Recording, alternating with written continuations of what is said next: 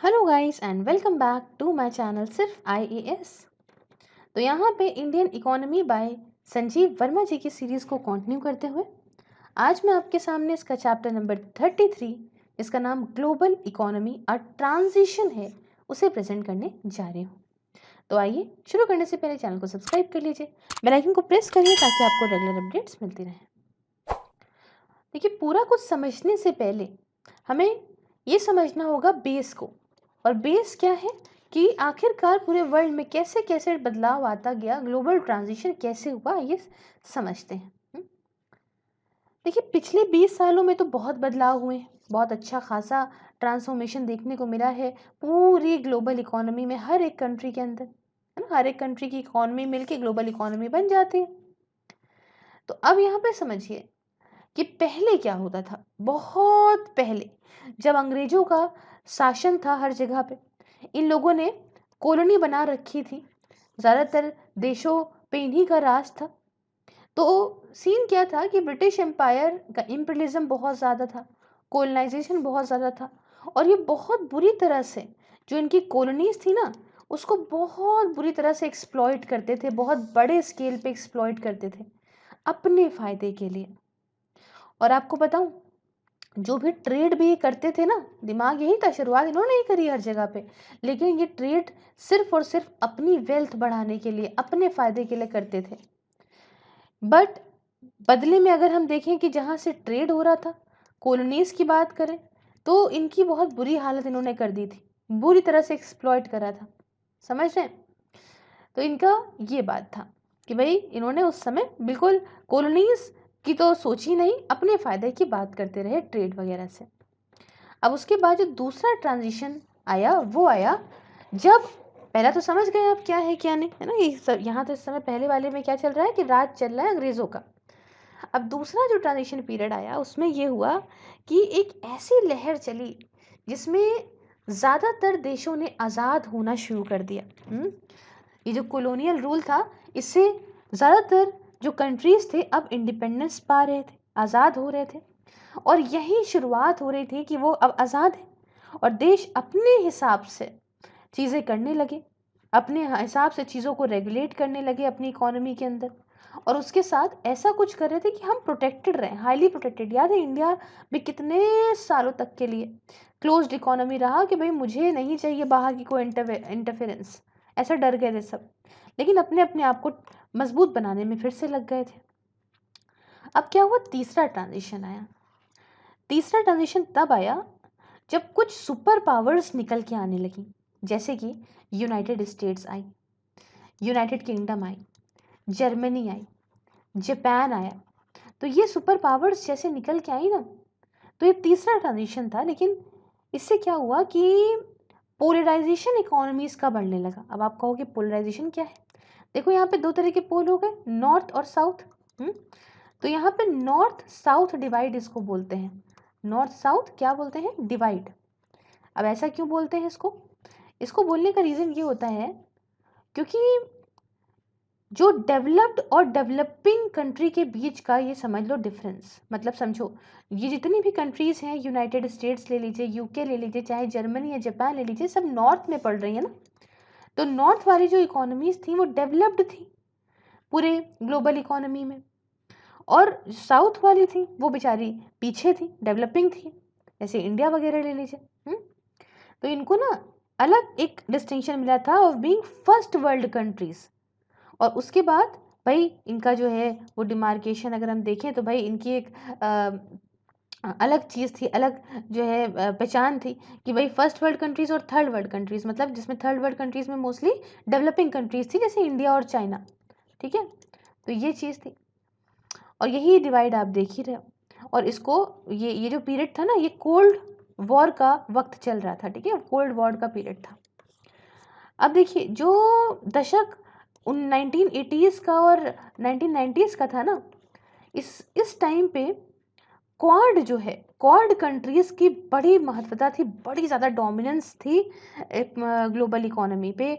चाहे इनके आउटपुट की बात करें, ट्रेड की बात करें, इन्वेस्टमेंट की बात करें, सब पे इन्हीं की डोमिनेंस थी। अब आप कहोगे कि क्या बोले चली जा रही है, क्वाड क्या होता है? QUAD। ये क्वाड ग्रुप जो है इसमें आता है यूएस मतलब यूनाइटेड स्टेट्स, इसमें आता है दूसरे नंबर पे यूरोप और तीसरा जापान। तो ये 3 कंट्रीज एकदम सर्वे सर्वा थी, इनका आउटपुट बहुत ज़्यादा, ट्रेड बहुत ज़्यादा, इन्वेस्टमेंट बहुत ज़्यादा। तो ये आपका पूरा पूरा थर्ड वाला ट्रांजिशन पीरियड चलता रहा। फिर आया फोर्थ ट्रांजिशन पीरियड। इसमें जो पुराना वाला यूएसएसआर था ना, सोवियत यूनियन, ये यहाँ पे डिवाइड हुआ, रशिया एंड ऑल जो बने हैं ना, तो इसका ब्रेकडाउन हुआ। डिवाइड क्या, ब्रेकडाउन हुआ। और ये वही वक्त है, ये वही ट्रांजिशन पीरियड है जब चाइना के अंदर रिफॉर्म्स आए with lesser role of the respective governments and role किसका ज़्यादा हो गया, larger role of the trade amongst the countries के बीच में अब ट्रेड होगा, इसका ज़्यादा रोल होगा। अब हुआ क्या कि with China reform process initiated in the 1970s and other Asian economies subsequently, the global economy gradually opened up to the Asian economies। अब क्या हुआ कि चाइना के अंदर रिफॉर्म्स तो आप जानते हैं 1970s से आना शुरू हो गए थे, और भी इसके बाद धीमे धीमे और भी जो एशियन इकोनॉमीज थी, मतलब एशिया की जो और कंट्रीज थी, वहाँ पे भी धीमे धीमे रिफॉर्म्स आने लगे। और इससे क्या हुआ कि धीमे धीमे यहाँ पे जो है पूरी जो ग्लोबल, अगर हम कहें ग्लोबल इकोनॉमी, तो ये पूरी ग्लोबल इकोनॉमी ओपन हो गई एशियन इकोनॉमीज के लिए भी। This also diffused the polarisation and led to evolution of multipolar trading. अभी क्या था कि अब ये धीमे धीमे क्या होने लगा कि पोलराइजेशन यहाँ पे खत्म होने लगा, कि यहाँ पे सिर्फ और सिर्फ नॉर्थ की कंट्रीज ही मजबूत होंगी, ये बदलाव होने लगा। और धीमे धीमे अब ये क्या हो रहा है कि अब मल्टीपोलर ट्रेडिंग होना शुरू हो गई है, कि अलग अलग पोल हो गए हैं, कि अब और भी कंट्रीज हैं जो इम्पोर्टेंट है। ये तो हम चाहते हैं ना, मल्टीपोलर होना चाहिए वर्ल्ड, ताकि भाई हर एक कंट्री अलग अलग कई सारी कंट्रीज मजबूत हों। और ये वही धीमे धीमे वक्त आने लगा। तो देखिए जो कॉन्सेप्ट था थर्ड वर्ल्ड कंट्रीज का, डेवलपिंग कंट्रीज का, या कंट्रीज जिनको ऐसा देखा जाता है कि अभी वो बदल रही हैं, ठीक है, तो थर्ड वर्ल्ड कंट्रीज का कॉन्सेप्ट बदला गया new and emerging economies of the global economy के तौर पे। पहले इनको क्या बोल रहे थे, इनको बोल रहे थे थर्ड वर्ल्ड कंट्रीज, ठीक है। अब क्या कहने लगे, जब हम लोग वर्ड क्या यूज करते हैं, इमर्जिंग इकोनॉमीज यूज करते हैं ना, तो अब इसको बोलने लगे new and emerging economies global economy के अंदर। और ये वही वक्त था जब इसमें क्या हो रहा था कि यहाँ पे साउथ ईस्ट इकोनॉमीज भी जो है उभर के सामने आ रही थी एज एशियन टाइगर्स। भाई साउथ ईस्ट में तो अपन लोग आ रहे थे, तो एशियन टाइगर्स के तौर पे ये आ रही थी। इसमें हमारी इकोनॉमीज जो है और बढ़ रही थी, ग्रोथ बढ़ रहा था, इनकम का लेवल बढ़ रहा था। तो इससे ट्रेड की इम्पोर्टेंस भी बढ़ने लगी थी, ट्रेड की इम्पोर्टेंस बढ़ना, ओपन पॉलिसीज का बढ़ना। और भाई समझ रहे हैं ना, how they can transform economies in a short period of time. अब देखो यहाँ पे ये सारी चीज़ें हो रही थी कि धीमे धीमे धीमे धीमे अच्छे बदलाव हो रहे थे। लेकिन अब यहाँ पे देखिए, अच्छा अच्छा तो सब कुछ नहीं चलता हमेशा। तो जो क्राइसिस थी इन सारी इकोनॉमीज में, ये अगर हम कहें जिस तरह से ये इकोनॉमी बढ़ी, उस तरह से क्राइसिस भी यहाँ बढ़ने लगी, दिक्कतें सामने आने लगी।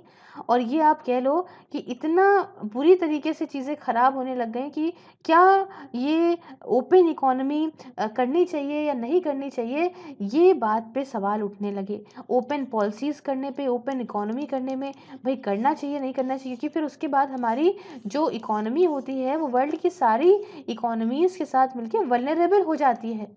तो फिर ये सवाल उठने लगे कि क्राइसिस वगैरह को देख के कि तो क्या ओपन इकोनॉमी ठीक है।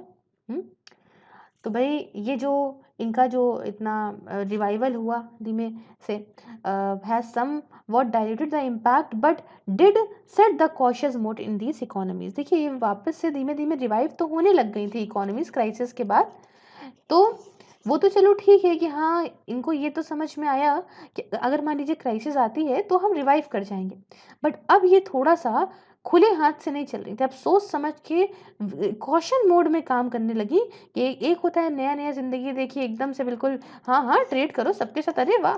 अब जब देख ली कि नई नई क्राइसिस आ सकती है, तो क्या, तो इन लोगों ने यहाँ पे चुपचाप अब कॉशियस मोड में गई कि मैं सोच समझ के आगे कदम उठाना है, ट्रेड कैसे करना है कैसे नहीं करना है, इस सब का एक्सपीरियंस भी मिला। अब देखिए ये जो क्राइसिस थी ना, है ना, तो क्राइसिस जो है वो क्लियरली बिलोंग करती थी इमर्जिंग इकोनॉमी से, जैसे कि China, India, South Korea, Indonesia वगैरह में। और emerging as an important players, भाई इमर्जिंग इकोनॉमी तो ग्लोबल इकोनॉमी के लिए काफ़ी इंपॉर्टेंट थे। क्यों? क्योंकि ग्लोबल आउटपुट में इनका जो योगदान था, जो ये ट्रेड कर रही थी इमर्जिंग इकोनॉमीज, इन्वेस्टमेंट कहें तो ये सब में सब अगर हम कहें तो इसमें इन इमर्जिंग इकोनॉमीज का रोल काफ़ी ज़्यादा बढ़ गया था, and marks a distinct shifting of access away from the so called first world countries। और चूंकि ये नई इकोनॉमीज निकल के आ रही थी, जो नया एकदम सब कुछ सामने देखने को मिल रहा था, तो एक शिफ्ट भी तो था ना। पहले क्या था, पहले वही फर्स्ट वर्ल्ड कंट्रीज की बड़ी महत्वता थी, वही यूएस, वही जर्मनी, वही यूके, वही जापान, है ना। लेकिन अब यहाँ पे जो इमर्जिंग इकोनॉमी जिस तरीके से अपना जो है कंट्रीब्यूशन देने लगी थी वर्ल्ड ग्लोबल इकोनॉमी के अंदर, तो इससे भाई इनकी भी जो है महत्वता अपने आपस में बढ़ गई थी। However, the real running point, probably the first of its kind ever witnessed in economic history, greater in magnitude than even the Great Depression of 1929-33 in terms of potential fallouts। अब यहाँ पे समझिए, अब क्या हुआ कि अच्छा तो चल रहा था, लेकिन एक झटका ऐसा लगा, जो झटका इतिहास का सबसे बड़ा झटका था। इवन जो हमको इतना हमारे यहाँ भयानक डिप्रेशन आया था ना, मतलब डिप्रेशन क्या होता है, अब जैसे इन्फ्लेशन होता है ऐसे डिप्रेशन होता है, मैंने सारा कुछ बताया है पहले। तो इतना बड़ा जो डिप्रेशन आया था 1929 से 1933 तक के लिए, अब की जो झटका लगा था वो उससे भी ज़्यादा था। ग्लोबल क्राइसिस हुई थी विटनेस सिंस 2008 के बाद से पूरे वर्ल्ड में पूरी ग्लोबल क्राइसिस देखने को मिली। और reeling under the shock, the global economy is beginning yet another transition. अब झटका तो लगा, क्योंकि बहुत लंबा झटका था 2008 की जो क्राइसिस आई थी उसके बाद। तो इतना झटका लगा था ग्लोबल इकोनॉमी को कि यहाँ पे एक दूसरा फिर से एक ट्रांजिशन पीरियड आया कि redefinition on even a metamorphosis unheard and unseen ever in the past. ऐसा बदलाव आया ना कि जो कभी पहले नहीं देखा गया था, ये ऐसा वक्त था। It today stands at a crossroad, highly fluid, uncertain, but with a silver lining of emerging economies coming center stage, but with a rider that they are not growing to their potential and their global competitiveness is decreasing rather than increasing. These economies have opportunity but the still challenges। फिर बात ये आई कि आज की अगर हम देखें तो चीज़ें हैं, अनसर्टेन है चीज़ें, ये सब कुछ है, लेकिन उम्मीद है इमर्जिंग इकोनॉमीज आगे बढ़ सकती हैं, है ना। लेकिन देखिए इज्जत तो है, चीज़ भी है, इम्पोर्टेंस भी है, बट यहाँ पे देखिए कि जितना इनके अंदर पोटेंशियल है इन इकोनॉमीज़ के अंदर, उस हिसाब से इनकी ग्रोथ नहीं हो रही। चाहे आप इंडिया को देख लो, और जो इनकी ग्लोबल कॉम्पिटिटिवनेस है, ठीक है, ग्लोबली जो कॉम्पिटिटिव है ये, वो इनकी कॉम्पिटिटिवनेस भी घट होती चली जा रही है। कि मतलब बढ़ना चाहिए ना इमर्जिंग इकोनॉमीज़ को, तो ये तो घटती जा रही है। इनके पास इन इकोनॉमीज़ के पास अपॉर्चुनिटीज़ तो हैं, बट इनके सामने बहुत ही ज़्यादा स्टिफ चैलेंजेस हैं, ऐसे चैलेंजेस जो बड़ी मुश्किल हैं पार करना। तो ये हमने तब से लेके ब्रिटिशर्स से लेके आज तक का पूरा पूरा जो है सब बता दिया कि भाई कैसे क्या होता रहा, कैसे ट्रांजिशन पीरियड्स आते रहे। अब बात आई ग्लोबल विलेज की। ये बहुत ही इंटरेस्टिंग और बहुत बढ़िया टॉपिक है। देखिए जब हम ग्लोबलाइजेशन की बात करते हैं ना, तो हमने ये चीज़ देखी है कि सारे के सारे चीज़ें उसमें इंटीग्रेट होती हैं, बहुत सारी चीज़ों को हम एक साथ लाते हैं, जैसे नंबर ऑफ़ फैक्टर्स को एक साथ लाते हैं, स्पेशली हम भाई कंट्रीज़ आएंगी, उसके साथ मदद आएगी। तो अगर हम ग्लोबलाइजेशन की बात करें तो सिर्फ एक कंट्री या एक मतलब नहीं रख सकते, इसमें बहुत सारी कंट्रीज़ और बहुत सारी चीज़ों, बहुत सारे फैक्टर्स को ध्यान में रखा जाता है, specially in the last 2 decades, specially पिछले 20 सालों में। तो हमने ये भी बात करी कि धीमे धीमे ये ग्लोबल विलेज जो है वो इमर्ज होकर आ रहा है, हमारे सामने बनता जा रहा है। और पहले कैसी थी इकोनॉमी? पहले पोलराइज थी, मैंने आपको बताया ना कि अब north pole, north south divide था, कि नॉर्थ की कंट्रीज का बड़ा ज़्यादा दबदबा था। उसके बाद मल्टी पोलराइज्ड हुई to the present interdependence not bound by nationalities. अब यहाँ पे क्या हुआ, उसके बाद मल्टीपोलराइज्ड हुई, अलग अलग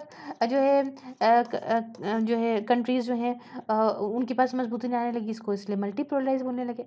तो आज की डेट में क्या चल रहा है, आज की डेट में हम देखें तो इंटरडिपेंडेंट हैं हम लोग, not bound by the nationalities. ऐसा नहीं है भाई हम एक दूसरे पे इंटरडिपेंडेंट हैं। और आपने कोरोना के बाद तो देख ही लिया होगा कितने ज़्यादा इंटरडिपेंडेंट है एक दूसरे पे, तभी सब डर के आत्मनिर्भर बनने के चक्कर में है।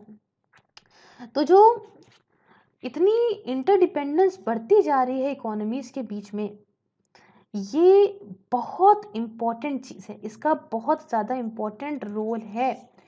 अगर हमें ग्लोबल इंटीग्रेशन मतलब सबको एक साथ मिलके चलना है, तो जो इंटरडिपेंडेंस बढ़ रही है उसका बहुत इम्पॉर्टेंट रोल होने वाला है। इसलिए नहीं कि इकोनॉमी के साइज से कुछ फ़ायदा हो जाएगा, इकोनॉमी के साइज से मतलब नहीं है, बट इंटरडिपेंडेंस मतलब एक दूसरे पे जो डिपेंडेंस है, यही जो है इंटीग्रेशन यहाँ पे हमारा ज़रूरी बनाती है। कि एक दूसरे पे बात बताइए कि आप हैं और आपकी टीम में यहाँ पे 3 लोग हैं। अब आपका काम समझ लो फील्ड वर्क है, ये बैठता है डेटा देता है, ये बैठता है कंप्यूटर पे जो भी आप लेकर आए जो भी आपकी लीड वगैरह है उसे आगे तक पूरा परफॉर्म बनाता है, परफॉर्म है जो भी आप कह लो, ये आगे का काम करता है प्रोसीड करने का। तो अब क्या है कि तीनों अपने अपने काम के लिए इंटरडिपेंडेंट है ना आपस में। तो ये बात नहीं है कि भाई कितनी किसकी सैलरी, अगर आपस में डिपेंडेंट है तो दोनों तीनों के रिश्ते अच्छे होने चाहिए, ठीक है ना। तो इसलिए इंटीग्रेशन यहाँ पे ज़रूरी हो जाता है जब इकोनॉमीज इंटरडिपेंडेंट होती है एक दूसरे पर। It is the shrinking of a global economy from a economic perspective. अभी ऐसे देखो, इकोनॉमिक पर्सपेक्टिव से देखो तो ये जो है ग्लोबल इकोनॉमी जो है कम होती जा रही, गुड्स एंड सर्विसेज जो कंट्रीज़ के हैं वो जो है ग्लोबल बन रहे हैं, कंपनीज जो है वो ग्लोबल बन रही हैं, इनके अलग अलग लोकेशन होती है। अब एक कंपनी की पहले तो एक ही लोकेशन हुआ करती थी, फिर 2 हुई, 3 हुई, है ना। और अब देख लीजिए आज की डेट में न जाने कितनी लोकेशंस पे एक ही कंपनी काम करती है। उसके बाद अलग अलग मार्केट्स होती हैं कि भाई प्रोडक्ट वही कंपनी जो है साउथ अफ्रीका में भी माल बेच रही है, अमेरिका में बेच रही है, इंडिया में बेच रही है, तो अलग अलग उसको मार्केट मिल रही है, समझे। और इससे भी नहीं, कंट्रीज ऑफ ओरिजिन वगैरह से भी कोई लेना देना नहीं है कि प्रोडक्ट कहाँ से निकल रहा है क्या नहीं है, बस ट्रेडिंग चलती चली जा रही है। तो देखिए integration is all about colour of money और देयर ओरिजिन लूजिंग सिग्निफिकेंस।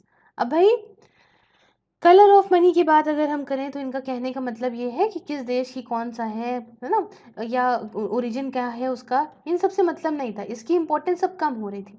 अब बात ये थी कि भैया अपॉर्चुनिटीज़ और मार्केट्स जहाँ मिले वहाँ पहुँचो, कंट्रीज़ पे ध्यान नहीं देना है, बस जहाँ पे जो है अपॉर्चुनिटीज़ मिले, जहाँ पे मार्केट मिले वहाँ पहुँचो और वहाँ पे मिल के आगे चीज़ें बढ़ाओ।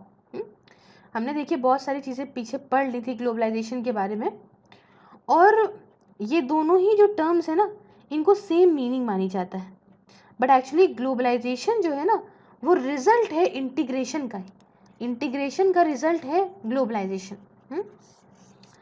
अब एक दूसरा फैक्टर जो इकोनॉमिक इंटीग्रेशन के प्रोसेस को आगे बढ़ाता वो था silent financial sector integration across boundaries. फिर समझिए, yet another underline factor facilitating the economic integration process is the silent financial sector integration across boundaries. This has been aided by leaping technology, making it possible to do electronic transnational transactions seamlessly in the fastest possible manner. कहने का मतलब ये है कि भाई अब financial sector को भी अपने आप को एक साथ करना था, तभी तो काम होता। अब ये बताइए कि पैसा आया इधर से उधर ट्रेड हुआ या कुछ भी हुआ, पैसा देना है तो कैसे दिया जाएगा, जाके गड्डियों में बोरियों में भर के तो देंगे नहीं। हाँ, तो ये टेक्नोलॉजी ने यहाँ पे अपना बढ़िया रोल निभाया, पेमेंट वगैरह ट्रांजेक्शन्स वगैरह बहुत ही आसानी से फटाफट से एक दूसरे के बीच में होने लग गए और चीज़ें और आगे बढ़ने लग गई। एक कंप्यूटर पे बैठे और कंप्यूटर पे बैठ के आप क्या करते हो, आज की डेट में तो बहुत आसान हो गया है। जब से शुरुआत हुई थी किसी भी पार्ट ऑफ द वर्ल्ड में आप बैठे और आपने पेमेंट किसी भी पार्ट ऑफ द वर्ल्ड के इंसान को कर दिया। ट्रांजेक्शन आराम से परफॉर्म हो रहा है कि नहीं, आपको जाने की ज़रूरत नहीं है यहाँ पे। और जो ग्लोबल फाइनेंशियल सेक्टर है, अब यहाँ पे इसको टेक्नोलॉजी दिख रही थी, टेक्नोलॉजी अब बढ़ने लगी ना, टेक्नोलॉजी बढ़ने लगी, सर्विसेज के लिए ये और सामने आने लगा, कन्वीनियंस और अलग अलग प्रोडक्ट्स जो है अब इसमें ट्रेडिंग होने लग गई। और क्या होने लगा कि भाई जो अलग अलग जो इकोनॉमी थी वहां तक अब एक्सपैंड करने लगी चीज़ें, अलग अलग जियोग्राफीज तक फैलने लगा सारा कुछ। तो ये कुछ खूबसूरत चीज़ें होने लग गई थी। देखिए, चाहे फाइनेंशियल सेक्टर हो, मतलब यहाँ पैसे से रिलेटेड कोई भी चीज़ हो, और चाहे कहें हम इकोनॉमिक इंटीग्रेशन, चाहे फाइनेंशियल सेक्टर हो या इकोनॉमिक इंटीग्रेशन हो, ये सारा कुछ जो है ना, हमने पिछले 20 सालों में बहुत अच्छे से पाया है और ये बढ़ता भी जा रहा है। लेकिन लेकिन यहाँ समझिएगा, दिक्कतें भी हैं, है ना। दिक्कतें ये कि भाई क्राइसिस भी अलग अलग कंट्रीज में देखने को मिलती हैं। देखो, फायदा है तो नुकसान भी है। अब एक बात बताइए कि जैसे मान लीजिए कि एक ये ए कंट्री है, आगे मैं बताऊंगी लेकिन अभी आप ऐसे समझ लो, एक ये बी कंट्री है, एक ये सी कंट्री है। अब आपस में पैसे का लेन देन है, बढ़िया ट्रेडिंग चल रही है, बहुत खुश चल रहे हैं लोग। लेकिन एक दिन ऐसा हुआ कि भाई मान लीजिए कुछ कुछ भी ट्रेडिंग चल रही है, बढ़िया पैसा ये इनको देते हैं, ये इनको, बढ़िया अच्छा सब से चल रहा है आपस में। अब ये ए कंट्री मान लीजिए कि क्राइसिस इसके यहाँ आ जाए और ये दिवालिया हो जाए, कोई भी दिक्कत हो जाए इसके साथ में, तो सब कुछ तीनों अफेक्ट करेंगी कि नहीं करेंगी।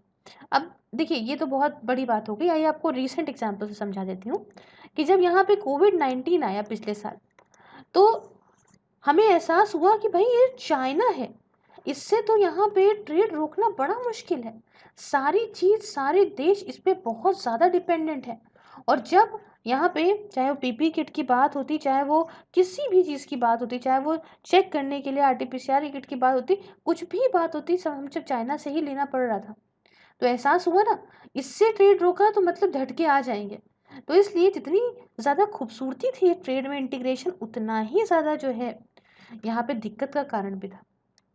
क्राइसिस जो कि मेक्सिको में, चीन में, साउथ ईस्ट एशियन इकोनॉमीज में, अर्जेंटीना वगैरह में, ये जो आपकी शुरुआती के जो साल में आई थी, ये did not slow the integration process. इनकी अलग अलग देशों में क्राइसिस तो आई, लेकिन इंटीग्रेशन प्रोसेस, ये जो ग्लोबलाइजेशन था, इसकी वजह से ये कम नहीं हुआ।